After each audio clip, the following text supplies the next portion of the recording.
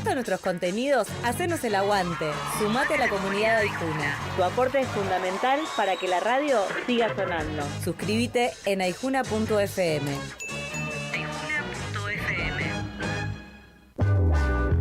Que esto es así, que esto es asá. Mejor le preguntamos a los que saben. Entrevista. Lo sumamos a la jornada a Daniel Fiman, es magíster en Ciencias Sociales y Humanidades con orientación en Política y Gestión Pública, secretario general de la Universidad Nacional de Quilmes y vicerrector electo de la universidad a partir del próximo mes de diciembre. Le agradecemos los minutos de charla aquí con Radio Aijuna y con Cruce, la cadena conurbana de comunicación y cultura. Aquí Pablo Martínez. Daniel, ¿qué tal? Buen día. Hola Pablo, buen día. Un placer conversar con ustedes en el día de hoy. Le agradezco los minutos de charla también. Veníamos hablando un poco hoy en materia de reforma laboral, pero también de lo que ya viene anunciando el gobierno, que serán algunos cambios que intentará también hacer vía, uno podría decir institucional, vía Congreso Nacional. Preguntarte, Daniel, ¿qué empezás a observar respecto a los movimientos que empieza a tener el gobierno con resultados de elecciones muy positivas? Uno podría pensar en este caso para La Libertad Avanza.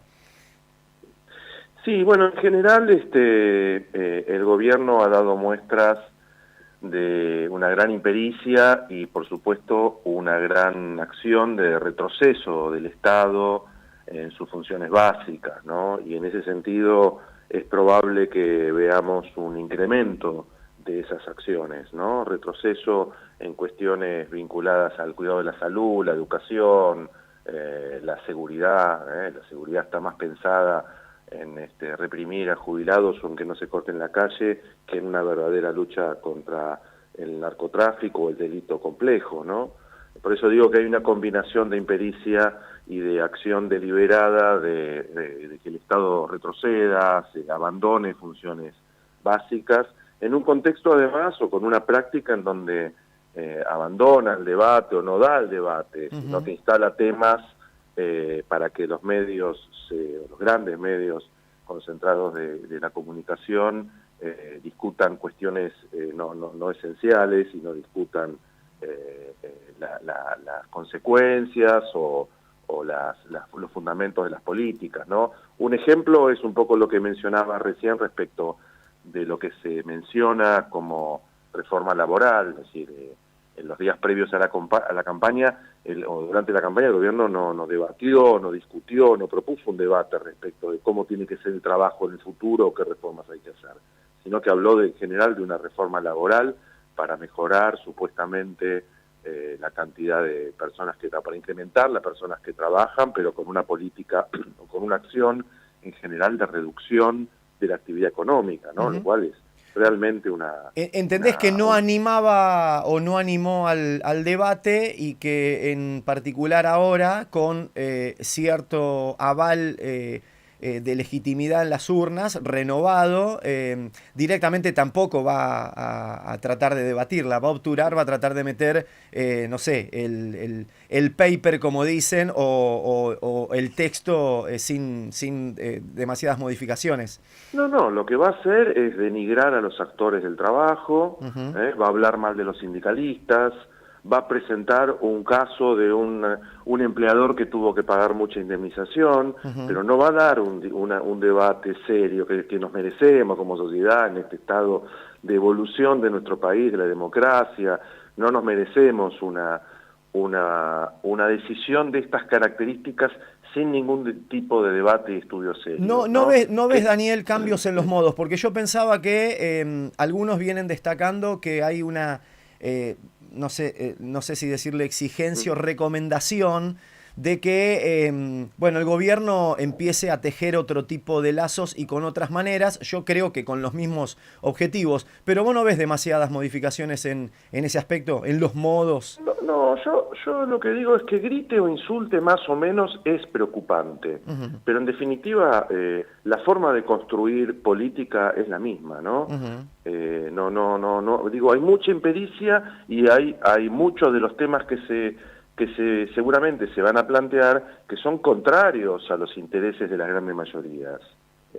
No es simplemente que no saben hacerlo o que no tienen un documento que dé cuenta de que esas estrategias no van a resultar en más trabajo y mejor trabajo, sino que saben lo contrario, porque responden a otros intereses. Claro. Entonces, en ese contexto, el debate seguramente lo van a plantear por una tangente. Van a decir, los sindicatos, esto no sirve, esto es más caro, esto no funciona así, cuando en la gran mayoría de los países democráticos del mundo los convenios colectivos existen, las condiciones de trabajo se mejoran día a día, no se empeoran, hay principios del derecho laboral que va por ese lado, ¿no? La gente tiene que vivir mejor, no peor. La gente tiene que vivir tiene que trabajar con mejores condiciones de trabajo, no con peor. No tiene que trabajar más horas para llegar, para sustentar y para poder mantener a su familia. Eso es contrario a cualquier lógica de crecimiento y de mejora de una sociedad. Eso no lo plantearon en la campaña y eso seguramente lo van a plantear ahora. Con lo cual hay algo ahí de como se dice, de perversión, también de impericia, ¿no? Y me parece que la responsabilidad que tenemos todos es aportar, si se da el debate, afrontar el debate, discutir, presentar estudios, escuchar a los actores sociales y económicos y políticos, ¿no? Y fruto de ese debate es interesante pensar cómo mejorar el trabajo, ¿no? Pero seguramente las condiciones en las que se dé ese debate no sean las más adecuadas, ¿no? Como viene siendo muchas veces cuando se discute, por ejemplo, la reforma laboral. Lo fue en otros momentos, ¿no? Cuando se intentó modificar el régimen laboral y tuvieron que pagarle una coima a los senadores en su momento con la ley Banelco para que aprobara. Bueno, si eso es así es porque no había debate o porque había cosas que se querían ocultar de lo que se quería transformar, ¿no? Me parece que vamos por ese camino. Y pienso, y no está bueno, sí, no está bueno. Pienso también, Daniel, de la manera en que el gobierno llegó a las elecciones, en donde incluso, bueno, hiciste mención a universidades, al sistema público de salud también, había dado un paso, ha dicho un diputado, la agenda del pueblo, digamos, se había logrado poner en cuestionamiento en el propio Congreso Nacional, y la verdad que esa impericia o la poca cintura uno quedó como que quedó a la vista, digamos, ¿no? En la previa a las elecciones. Bueno, esa agenda tampoco se terminó, digamos, esa agenda quedó ahí pendiente en el Congreso Nacional. Me parece que las elecciones no tapa eso a lo cual se logró llegar, ¿no? Sí, claro, en materia de educación y de política y financiamiento universitario, todas las acciones, digamos, de fortalecimiento de la universidad tuvo un gran apoyo y sigue teniendo un gran apoyo por parte de la sociedad. Eso lo muestran todos los estudios, se vio en la calle en las enormes movilizaciones que se hicieron, se nota y se notó en el enorme apoyo de ambas cámaras cuando se votó en 4 oportunidades, la ley de financiamiento universitario, ¿no? Nosotros creemos que eso sigue teniendo y seguirá teniendo un gran apoyo. La ley de financiamiento universitario está suspendida en el aire, está ratificada por el Congreso y suspendida en el aire por una medida ilegal por parte del Gobierno Nacional, que seguramente en estos días será debatida en la justicia con una presentación que está haciendo el Consejo Interuniversitario Nacional con todas las universidades que han presentado una medida cautelar. Seguramente tendremos novedades en los próximos días respecto de esa medida y somos muy optimistas respecto de que la justicia acompañe esa medida cautelar y podamos tener antes de fin de año, no digo el financiamiento que corresponde, pero por lo menos la actualización de la pérdida salarial que tuvimos docentes y no docentes de todo el sistema universitario, ¿no? Y creemos que sin perjuicio del resultado electoral, le va a ser difícil en el Parlamento argentino no acompañar medidas que tengan que ver con el fortalecimiento de las universidades, porque es una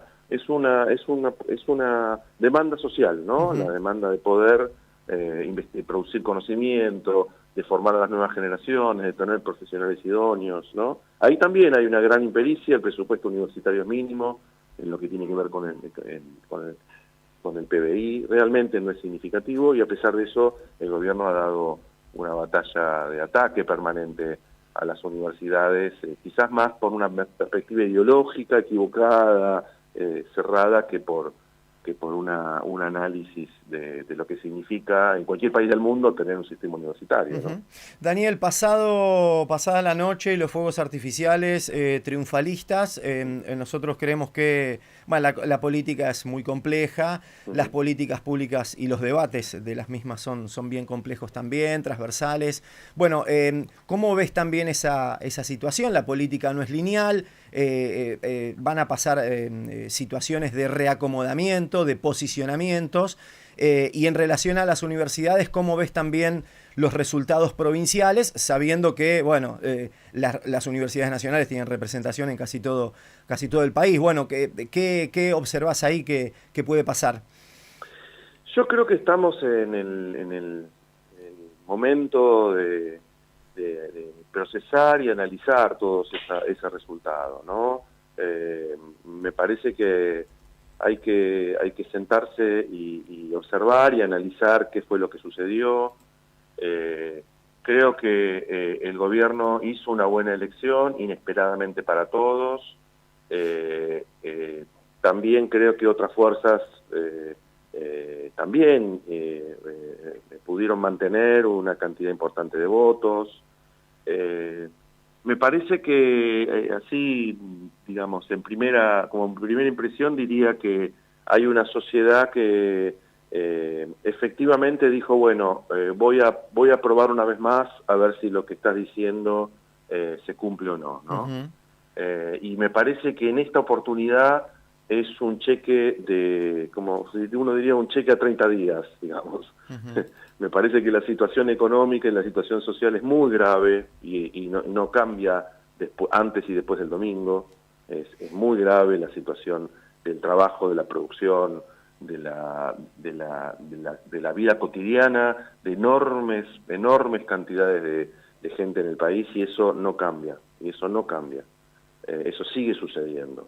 Entonces el gobierno realmente está en una situación muy complicada, porque la economía no arranca, porque toda la actividad económica está paralizada, y eso no, lo que se votó me da la sensación que no es un acompañamiento para que en 2 años veamos a ver qué onda, ¿no? Me da un poco esa sensación, pero bueno, insisto en que hay que estudiar bien, hay que hablar con la gente, hay que entender que hay seguramente que hay un sector que acompaña, ¿no? Que creo que no es el que lo vetó, un núcleo duro, como le dicen, pero sí. Hay otro sector que entendió que... No crees en un núcleo duro de un 40%, digamos. No, para nada. Me parece que dentro de ese 40% hay enorme parte de población que están sufriendo muchísimo, y saben que es este gobierno el que lo hizo llevar a perder el trabajo, que se cierre la fábrica, que se cierre el comercio, a que sus hijos tengan que volver a su casa porque no pueden alquilar, a que no lleguen a fin de mes, a que estén endeudados hasta la cabeza con tarjetas de crédito que les cobran millonadas de interés. O sea, realmente con una actividad económica que en todos los números que uno ve está en una situación tremenda, ¿no? Tremenda. Seguramente el acompañamiento de Estados Unidos tuvo un efecto sobre el miedo de la gente, ¿no? Es decir, las palabras de Trump diciendo están muertos si no lo saben, o están muertos y por eso los quiero ayudar, no son en vano, ¿no? Me parece que tuvieron más allá de si fueron felices o no felices, me parece que tuvieron un efecto en que la gente se asuste, ¿no? Se asuste de lo que puede llegar a pasar, ¿no? Me parece que hubo un componente de un voto de estar asustado. Lo que pasa es que la situación, el proyecto de desaparición o de retroceso del Estado produce esto, ¿no? Los que más tienen más van a ganar, como está pasando, los que menos tienen no están en la agenda pública, y no hay ningún dispositivo del Estado, de los estados, que acompañen, que protejan, que incentiven a los que están abajo de la tierra, ¿no? Entonces, me parece que el panorama antes y después de las elecciones sigue siendo tan grave como antes, ¿no? No ha cambiado en ese sentido, ¿no?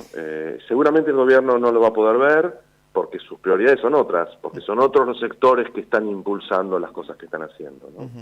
En ese sentido no tengo una mirada optimista respecto del corto plazo, lamentablemente para todos. Daniel, te agradecemos los minutos de charla, dejamos abierta como siempre la posibilidad de seguir charlando, ¿no? Cómo no, un placer y bueno, saludos a tu audiencia, gracias. Que te hagas buen día. Daniel Fiman, aquí lo escuchaste, es secretario general de la Universidad Nacional de Quilmes, ahí tiene también su mirada, su expertise, su investigación en relación a políticas y gestión pública. Vicerrector electo de la universidad asumirá a partir del mes de diciembre, lo sumamos también a alguna de las voces post-elecciones, post-resultados. Suscríbete al canal de YouTube de Radio Aijuna y activa la campanita para no perderte de nada.